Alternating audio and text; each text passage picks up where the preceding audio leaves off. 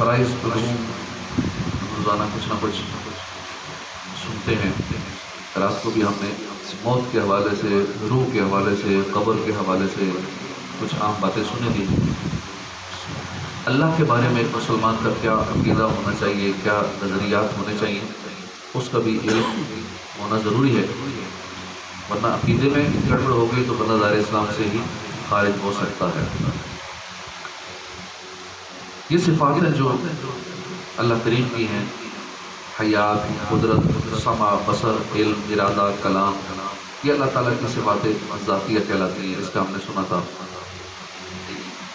پھر تکوین اور تخلیق سے کیا مراد ہے؟ تکوین و تخلیق سارے جہان کو پیدا کرنے کا نام ہے. اللہ پاک سارے جہان کا خالق ہے، یعنی تمام عالم اسی کا پیدا کیا ہوا ہے، اور آئندہ بھی ہر چیز وہی پیدا کرے گا. چھوٹے سے چھوٹا ذرہ اور عالم کا مادہ، آگ، پانی، ہوا، خاک، جنہیں عناصر اربع کہتے ہیں، سب اسی کی مخلوق ہے.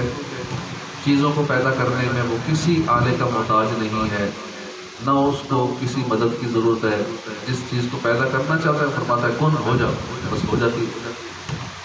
انسانوں کے کام اور عمل بھی سب اسی کے مخلوق ہیں، سب اس کے مخلوق ہیں. زوات ہوں، افعال ہوں، سب اسی کے پیدا کیے ہوئے ہیں. مارنا، زندہ کرنا، صحت دینا، بیمار کر ڈالنا، غنی کرنا، فقیر کرنا وغیرہ صفات جن کا تعلق مخلوق سے ہے اور جنہیں صفات فعلیہ بھی کہتے ہیں. ان سب کو صفات تکوین کی تفصیل سمجھنا چاہیے. اسی طرح صفت رزاقیت سے کیا مراد ہے؟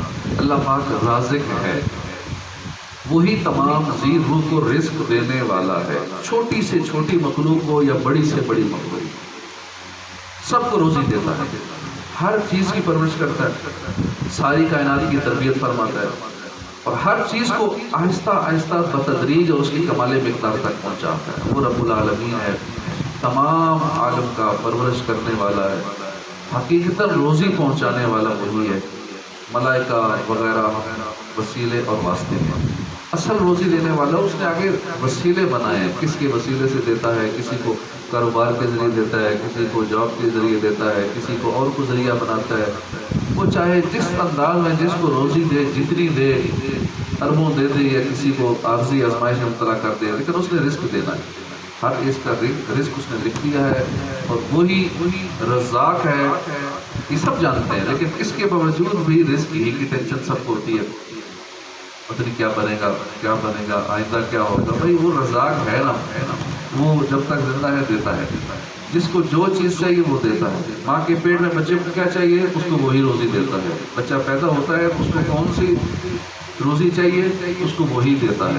اب بچہ کماتا تھوڑا ہی ہے، ماں کے پیٹ میں کیا کرتا ہے، صرف کسی کی ڈیوٹی لگاتا ہے اللہ پاک، ہاں اس کی خدمت کرو.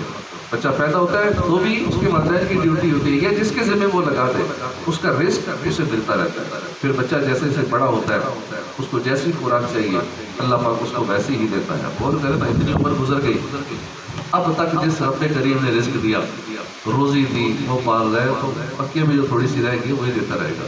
رزق کی ٹینشن کبھی نہ لے. ہاں فکر ہونی چاہیے تو ایمان کی، مغفرت کی، آخرت کی فکر ہو. وہاں کیا بنے گا؟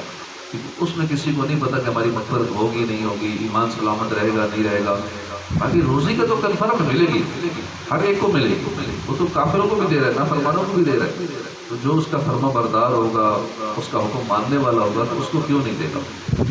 صفات سلبیہ اس کو کہتے ہیں. یہ وہ صفات ہیں جن سے اللہ کی ذات مبرہ ہے اور پاک ہے. مثلا وہ جاہل نہیں ہے، بے اختیار اور بے کس نہیں ہے، کسی بات سے عاجز اور معذور نہیں ہے، اندھا نہیں ہے، بہرا نہیں ہے، گونگا نہیں ہے، ظالم نہیں ہے، مجسم نہیں یعنی جسم والا نہیں ہے، زمانی و مکانی جہت و مکان سے، زبان و حرکت، سکون سے، شکل و صورت سے، تمام حوادث سے پاک ہے. لوگ کہتے ہیں نا اوپر اللہ ہے، اوپر والا جانتا ہے. اب یہ ایسا کہہ کہ اس نے اللہ کے لیے سمت مقرر کر لیتا ہے. اللہ پاک سمت سے پاک ہے، کسی جگہ سے، کسی مخصوص ایریے سے. یہ تو اللہ کی شان میں بہت بڑی گستاخی ہے، اور یہ کلمہ کفر ہے. اللہ کے لیے جگہ مقرر کرنا، اللہ اوپر ہے، اوپر والا جانتا ہے. معاذ اللہ اس طرح کے کلمے نہیں کہنا چاہیے. اگر وہ کہے تو اسے فوراً کلمہ پڑھائیں اور اسے منع کریں اس چیز سے. کھانے پینے اور تمام حوائج بشری سے، انسانی حاجتوں، ہر قسم کے تغیر و تبدل سے، حدوث و احتیاج سے وہ پاک ہے۔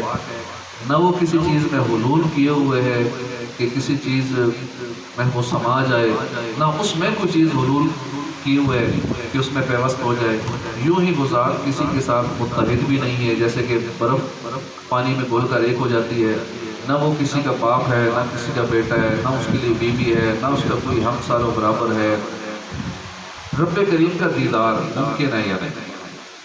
دنیا کی زندگی میں اللہ کا دیدار نبی کے لیے خاص ہے، اور آخرت میں ہر سنی مسلمان کے لیے ممکن بلکہ واقع ہے، جس سے اہل جنت کی آنکھیں روشن ہوں گی، اور دیدار الہی سے بڑھ کر کوئی نعمت پیاری نہیں ہوگی۔ جنت میں بہت بے شمار نعمتیں ہیں، لیکن سب سے پیاری نعمت، سب سے بڑی نعمت یہ ہوگی کہ اللہ کا دیدار ہوگا۔ ہفتے میں ایک دن سارے اکٹھے ہوں گے اور اللہ پاک ان کو اپنا دیدار کرے گا۔ رہا قلبی دیدار یا خواب میں، تو یہ تو دیگر انبیاء بلکہ اولیاء کے لیے بھی حاصل ہے۔ ہمارے امام اعظم کو خواب میں 100 بار اللہ کی زیارت ہوئی۔ اللہ پاک یہ دولت ہمیں بھی میسر فرمائے۔ کیا اللہ پاک کو اپنے افعال میں کسی غرض یا سبب کی احتیاج ہوتی ہے؟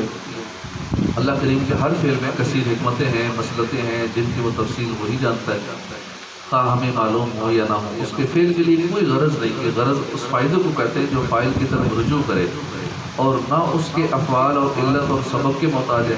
اس نے اپنی حکمت بالغہ کے مطابق ایک چیز کو دوسری چیز کے لیے سبب بنا دیا ہے۔ آنکھ دیکھتی ہے، کان سنتا ہے، آگ جلاتی ہے، پانی پیاس بجھاتا ہے۔